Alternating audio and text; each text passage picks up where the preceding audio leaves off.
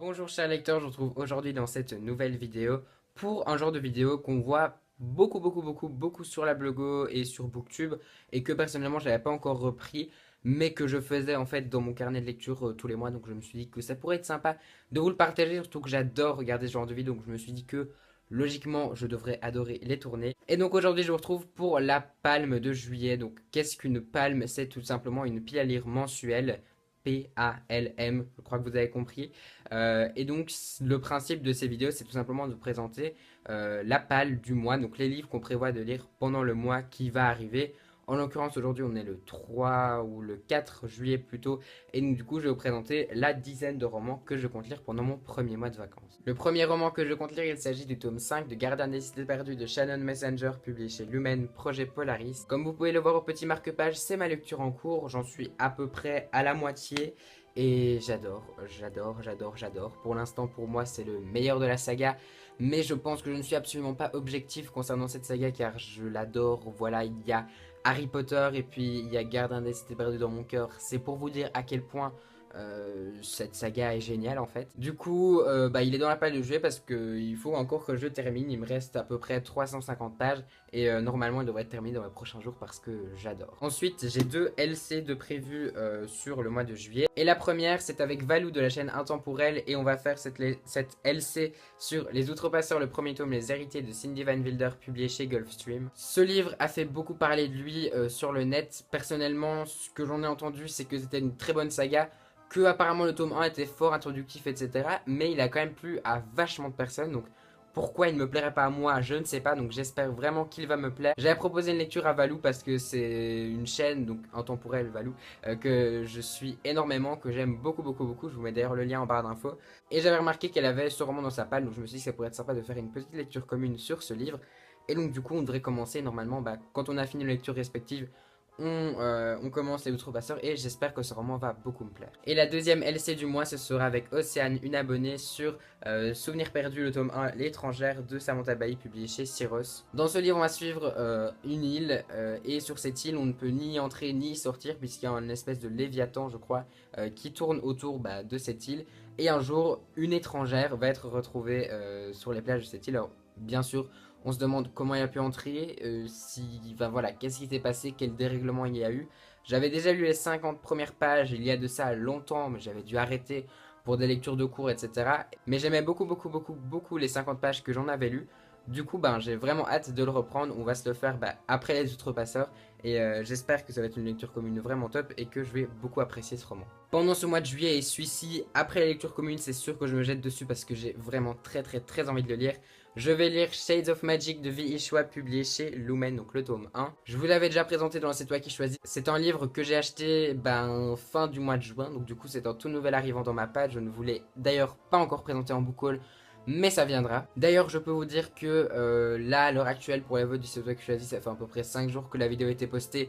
Et ce livre est bien en tête, je pense qu'il devance les autres d'une vingtaine ou d'une dizaine de points, donc c'est sûr qu'il sera lu pour ce mois de juillet. Et je vous avouerai que même s'il n'avait pas été choisi dans C'est toi qui choisis, je l'aurais quand même lu. Mais là, ça me prouve que des gens ont aimé, que des gens ont envie de savoir ce que j'en pense. Du coup, ça devrait être une de mes prochaines lectures à coup sûr parce que j'ai très envie de le lire. L'objet livre en plus est juste magnifique. Voilà, et les premiers retours que j'en ai eu sont juste vraiment ultra positifs. Du coup, que demander de plus et je me réjouis de le lire. Je me réjouis aussi de lire mon dernier achat en date, donc qui a été effectué pas plus tard qu'hier. Il s'agit du cinquième tome du Pays des Contes, l'Odyssée imaginaire de Chris Colfer, publié chez Michel Lafon. Si vous me suivez sur la chaîne depuis un petit moment déjà, vous savez que j'ai un gros coup de cœur pour la saga Le Pays des Contes, que donc j'attendais ce tome 5 avec grande impatience. Et donc dès qu'il est sorti, je me suis jeté dessus. Si vous ne savez pas ce que c'est le Pays des Contes, je vous renvoie vers un résumé ou vers ma chronique de blog en barre d'infos. Parce que pour le coup, j'ai pas envie de vous spoiler le tome 5 en vous résumant le tome 5. Et puis je pense que vous l'avez entendu beaucoup de fois le résumé du premier tome. Donc je ne vais pas forcément redire ici pour ne pas que la vidéo dure des plombes. Mais en tout cas, si vous voulez, je mets à chaque fois toutes les références des livres en barre d'infos. Et j'essaie de mettre en lien vers les livres addicts pour avoir le résumé. Donc si ça vous intéresse, n'hésitez pas à aller voir dans la barre d'infos. Alors j'ai juste un problème avec cette couverture. C'est que si vous me suivez sur Facebook, vous le savez, quand j'avais vu la couverture en photo sur la page Facebook de Michel Lafon, je me suis dit, oh chouette, ça va être cool, la couverture, elle a l'air juste vraiment trop belle. Et en fait, quand je l'ai vu en magasin et que j'ai vu le dos, je me suis dit, c'est vachement rose cette histoire. Surtout que, bon, je vous cache le résumé, il y a une licorne derrière et que c'est assez violet rose comme ça. Et alors, c'est pas, voilà, je m'en fous, enfin, c'est pas ça le problème, mais je me dis, imaginons que des jeunes lecteurs tombent sur cette saga. Je pense que des garçons, quand ils vont voir ça, n'auront pas forcément envie de se diriger vers ce livre. Ce que je peux comprendre, puisque moi-même, je l'aurais pas fait. Donc, je me dis, mince, il passe peut-être à côté de quelque chose, ce qui est dommage. Mais bon, je vais pas cracher sur la couverture, qui est encore une fois de plus assez jolie. Et donc, enfin voilà, Michel Lafon fait un travail incroyable sur les couvertures du Pays des Contes. Mais j'ai juste ce petit regret là de la teinte de couleur qui est peut-être pour moi pas la meilleure. Mais en tout cas, j'ai vraiment hâte de lire et j'espère beaucoup qu'il me plaira. Un de mes derniers achats également, mais cette fois-ci, je vous l'ai déjà présenté en book haul, Le mystère du livre disparu, à nous les trois mousquetaires de Pierre Domenico Baccalario et Eduardo Jauregui, publié chez Flammarion Jeunesse. Celui-ci, c'est sûr que je vais le lire parce que voilà, je me le garde juste pour quand je serai parti en vacances. Enfin voilà, c'est une saga que j'adore et je sais pas pourquoi la couverture fait très estival, très été, donc j'ai vraiment envie de le lire quand je serai parti en vacances, dans la voiture, etc. Enfin voilà, c'est mon petit kiff que je me réserve juste pour ces vacances-ci, donc je me retiens de ne pas le lire tout de suite parce qu'il me fait très envie et qu'il sera très court, donc il sera lu très très vite. Mais en tout cas, celui-là, s'il y a bien un livre qui est sûr d'être lu ce mois-ci, c'est bien celui-ci parce que bah, je vais me le faire dès que je suis parti, je me le fais et en 2 heures il est embarqué. Donc je me réjouis vraiment, vraiment, vraiment beaucoup de le lire. Si vous voulez un avis du premier tome, je vous redirige vers mon update lecture et bientôt vers ma chronique de blog. Donc si vous voulez un avis, allez voir en barre d'infos. J'espère aussi lire pendant ce mois de juillet Le Mystère Olfit de Karina Rosenfeld, publié chez La Talente Jeunesse. J'avais acheté ce livre à Troll et Légendes totalement en feeling du moment parce que je connais Karina Rosenfeld pour ses sagas plutôt assez connues publiées chez R ou chez Hachette, etc. Mais je ne la connaissais absolument pas pour ses sagas qu'elle a publiées chez La Talente. Pourtant, elle en a publié pas mal. Du coup, j'avais découvert un peu ça sur son stand au moment de Troll et Légendes et je m'étais dirigé vers celui-ci. Va savoir pourquoi, je ne sais pas du tout, je me suis dirigé vers celui-ci. Je sais juste que ça va se passer dans l'espace, puisqu'il y a une histoire de planètes et d'étoiles, donc a priori, ça devrait se passer là-bas, mais j'en sais vraiment pas plus, et je ne suis plus retourné voir le résumé parce que, encore une fois, j'ai envie de plonger dedans à l'aveugle. Autre livre assez court que j'espère me caser pendant ce mois de juillet, Mon père est parti à la guerre de John Boyne, publié chez Gallimard Jeunesse. John Boyne, vous le savez si vous suivez la chaîne, c'est un auteur que j'apprécie beaucoup puisque j'avais adoré Le garçon en pyjama rayé et que j'avais eu un grand coup de cœur sur Le garçon au sommet de la montagne il y a maintenant presque un an. C'est donc avec grande joie que je vais découvrir John Boyne, cette fois-ci sur la guerre 1914 et j'espère pour le coup que ce livre va être vraiment bien. J'en ai entendu zéro avis, c'est un livre que je vois absolument pas passer sur la Blogo ou sur Booktube. Du coup, encore une fois, je vais me lancer dedans dans ce livre sans attente particulière et j'espère qu'il va me plaire. J'aimerais aussi lire, et ça à mon avis, ce sera fait aussi parce que c'est assez court, j'aimerais lire le deuxième tome des désastreuses aventures des orphelins Baudelaire de Léonie Snicket, le laboratoire au serpent, publié chez Nathan Poche. Je l'avais déjà commencé avant de commencer Gardien des cités perdues, mais finalement je l'avais un petit peu lâché pour faire Gardien des cités perdues. Du coup, j'ai lu 25% de ce livre et je l'ai un peu reposé, mais il est clair que je vais bientôt le recommencer parce que, encore une fois, c'est le genre de livre qui en une soirée se lit et qui fait un livre au moins dans la palle assez rapidement.